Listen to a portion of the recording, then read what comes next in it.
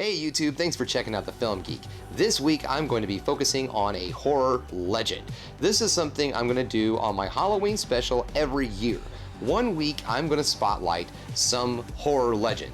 Whether it's a director, an actor, a genre, maybe a character in a film, something of that sort. Anything that has caused the horror industry to, drive further, to influence it to do better things, and so on and so forth. Things that are heavily influential in the horror industry.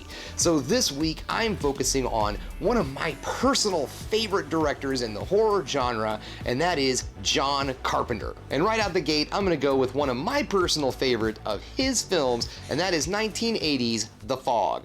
At the bottom of the sea lay the Elizabeth Dane with her crew, their lungs filled with salt water, their eyes open and staring into the darkness.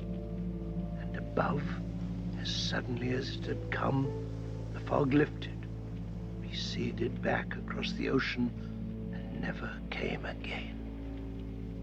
The Fog is starring Jamie Lee Curtis, Janet Leigh, Tom Akins, and Adrienne Barbeau. I'm gonna be an Adrienne Barbobot.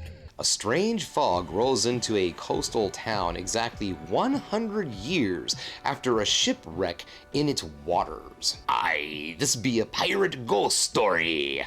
John Carpenter has stated that inspiration from this film was partially drawn from the story of a British horror film by the name of Trollenberg Terror in 1958, where monsters hide in clouds. He has also said that he was inspired by a visit to Stonehenge with his writer/producer and then girlfriend Deborah Hill. While in England promoting Assault on Precinct 13, Carpenter and Hill visited the site late afternoon one day and saw an eerie fog in the distance. In the DVD audio commentary for the film, Carpenter noted that the story of the deliberate wreckage of a ship and then the plundering was based on an actual event, the wreckage of the Frolic, that took place in 19th century near Galula, California.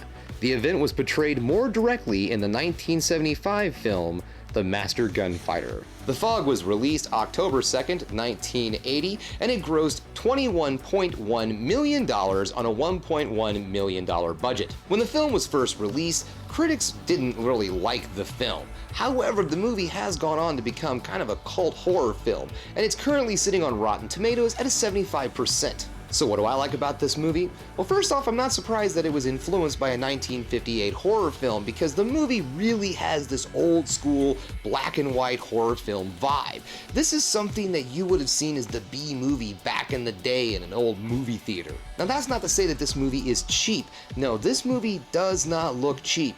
Despite the fact of its low budget, this is a John Carpenter film, so it's gonna look really good on a very small budget. One of the things I love about this movie is this is a drive-in B movie.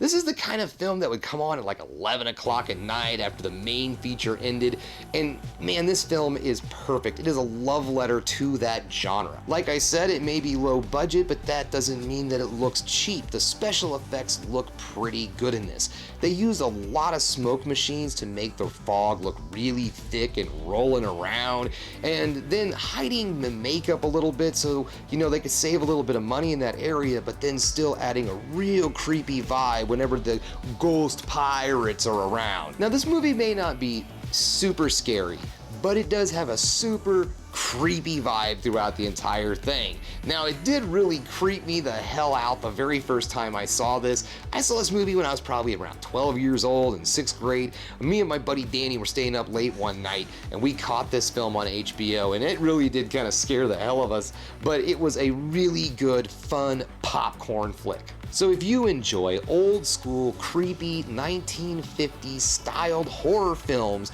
then you are going to absolutely love The Fog, and you need to check this sucker out. If you do want to check this movie out, you can find it right now streaming for free with commercials at our good friends at Tubi TV.